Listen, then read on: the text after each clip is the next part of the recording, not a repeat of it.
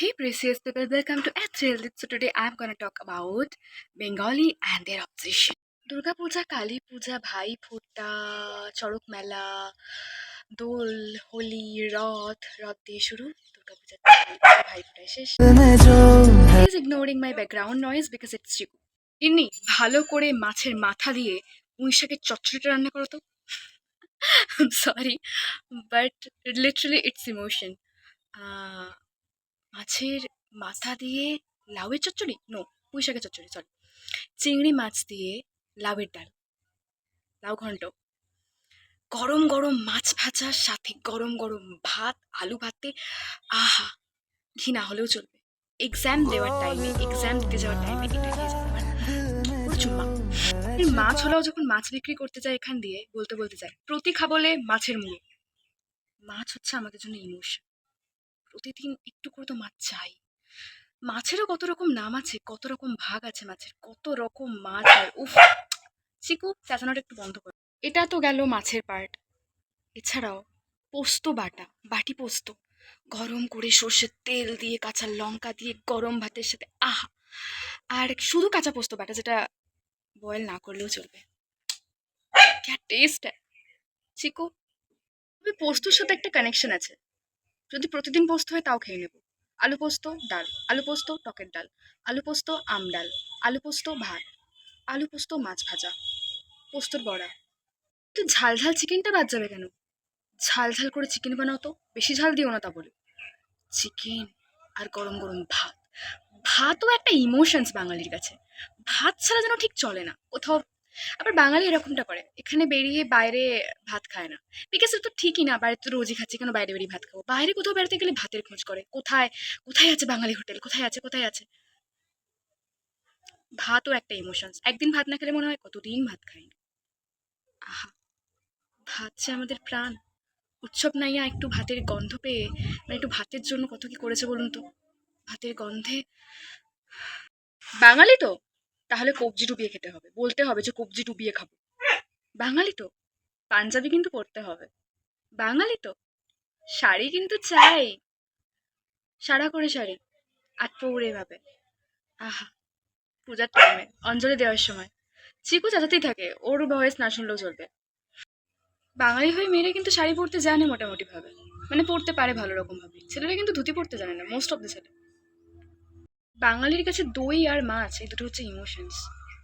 দই নেই, শেষ পাতে একটু দই চাই। আরে আইসক্রিম কি, আইসক্রিম ছাড়ো, শেষ পাতে একটু দই না হলে চলে? দই হতে হবে, তবে না পেট ঠান্ডা করবে। আহা, দইয়ের সাথে কি কানেকশন আমাদের। বিশ্বকর্মা পূজায় কিন্তু ঘুড়ি ওড়ানো চাই, যদিও বা আমরা কোনোদিনও ওড়াইনি, কিন্তু সবাই তো ওড়ায় না। বাঙালির কাছে এগুলো ট্র্যাডিশন। বাঙালির কাছে মাছ আর দই শুভ কাজে ট্র্যাডিশন। হুম, শুভ কাজে মাছ আর দই না হলে চলে? বাঙালির কাছে ধুতি পাঞ্জাবি শাড়ি ধুনুচি নাচ, এগুলো হচ্ছে ট্র্যাডিশন। বাঙালির কাছে ট্র্যাডিশন হচ্ছে ভালো করে খাওয়া দাওয়া করা, পেট পুজো করা, রসগোল্লা খাওয়া। ভালো করে খাওয়া দাওয়া করা, পেট পূজা করা, নিজেকে তৃপ্তি দেওয়া, এটা হচ্ছে আবেগ, emotion, not tradition. Sorry, tradition হচ্ছে তো আমাদের যেগুলো এতদিন ধরে চলে এসেছে পরম্পরা, সেগুলো বজায় রাখা, সেগুলোকে নিয়ে এগিয়ে চলা। যেমন বিয়েতে শাড়ি পরতে হবে, Benarasi, tradition, not lehenga. Most important things, Bangali মানেই হচ্ছে ব্যাকরণ, সঠিকভাবে শব্দের উচ্চারণ, বাংলা ভাষা বজায় রাখা। বাংলা তো আমাদের মাতৃভাষা, তাই না? তো বাংলা ভাষাকে বজায় রেখে অন্য ভাষা শিখতে হবে। সঠিক উচ্চারণ করা বাঙালির একটা আবেগ।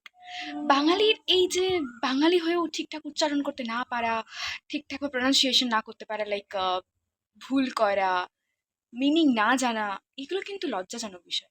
না জানলে জানতে চাওয়াতে কোনো লজ্জা নেই, জানতে চাওয়ায় ক্ষতি কি? বাঙালি সবাইকেই পেট ভরে খাওয়াতে ভালোবাসে। নিজেরা যেমন খেতে ভালোবাসে, সেরকম সবাইকে পেট ভরে খাওয়াতেও ভালোবাসে। তাই বাড়িতে হঠাৎ করে কোনো অতিথি এলে, গেস্ট এলে, আমরা তাদেরকে খাওয়াতে কুণ্ঠা বোধ করি না। বাঙালিকে কি স্বাদে রিচ ইন কালচার বলে? না না, বাঙালি মানেই নৃত্য, সঙ্গীত, অনুষ্ঠান, হাতের কাজ, মুভি, ফিল্ম অ্যান্ড থিয়েটার, বাঙালির অবদান অনস্বীকার্য। ভেবে দেখুন, সঙ্গীতে বাঙালিদের ঠিক কতটা অবদান রয়েছে। একটু ভালো করে খোঁজ করলেই জানতে পারবেন, অরিজিৎ সিং এরও কিন্তু জন্ম এই পশ্চিমবঙ্গে, মুর্শিদাবাদ জেলায়, মুর্শিদাবাদে। আচ্ছা, এবার ফিল্ম অ্যান্ড থিয়েটারের কথায় আসি। সত্যজিৎ রায়, নাম তো নিশ্চয়ই শুনেছেন, তাই না? পথের পাঁচালী বাঙালির জন্য সেরা একটা উপহার। অপু দুর্গা, বাঙালির কোথায় অবদান নেই?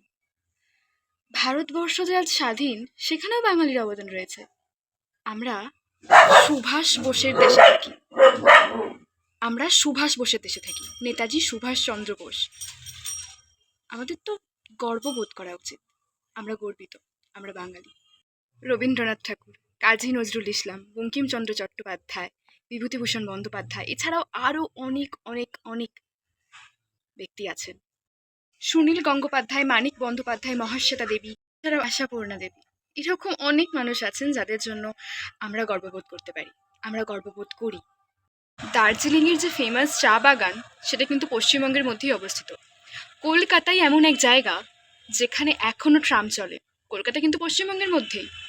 কলকাতাতেই হাওড়ায় এমন এক ব্রিজ আছে, যেই ব্রিজ ভারতবর্ষের আর কোথাও আপনি দেখতে পাবেন না, এটাও কিন্তু পশ্চিমবঙ্গের মধ্যেই। পশ্চিমবঙ্গের মধ্যে এরকম অনেক জায়গা আছে, অনেক কিছু আছে যা অন্য কোথাও আর নেই। আর পশ্চিমবঙ্গ মানে কি? বাঙালি। এই পশ্চিমবঙ্গে শুধু বাঙালিই থাকে না, সবাই মিলেমিশে থাকে, বিভিন্ন ধর্মের মানুষ মিলেমিশে একসাথে থাকে, সবাই সবার অনুষ্ঠানে, সবাই সবার ধর্মীয় অনুষ্ঠানে একসাথে আনন্দ করে। তাই বাঙালি মানেই শাড়ি, ধুতি পাঞ্জাবি, ধুনুচি নাচ, খাওয়া দাওয়া, একসাথে হই হুল্লোড়, গানের লড়াই, মাছ, দই, আর কি, আর হচ্ছে মিউজিক, সঙ্গীত, সঙ্গীত চর্চা, হারমোনিয়াম। ফিল্ম সত্যজিৎ রায়ের, উত্তম কুমার আমাদের মহানায়ক এই পশ্চিমবঙ্গের মধ্যেই, বাঙালি, আমরা গর্বিত এই সব কিছু নিয়ে। আরো অনেক কিছু বলার আছে, সেটা একটা ভিডিওতে বলা সম্ভব নয়, তাই আজকের ভিডিওটা এখানেই শেষ করছি। যদি ভালো লাগে তো like, comment, share. Thank you for watching.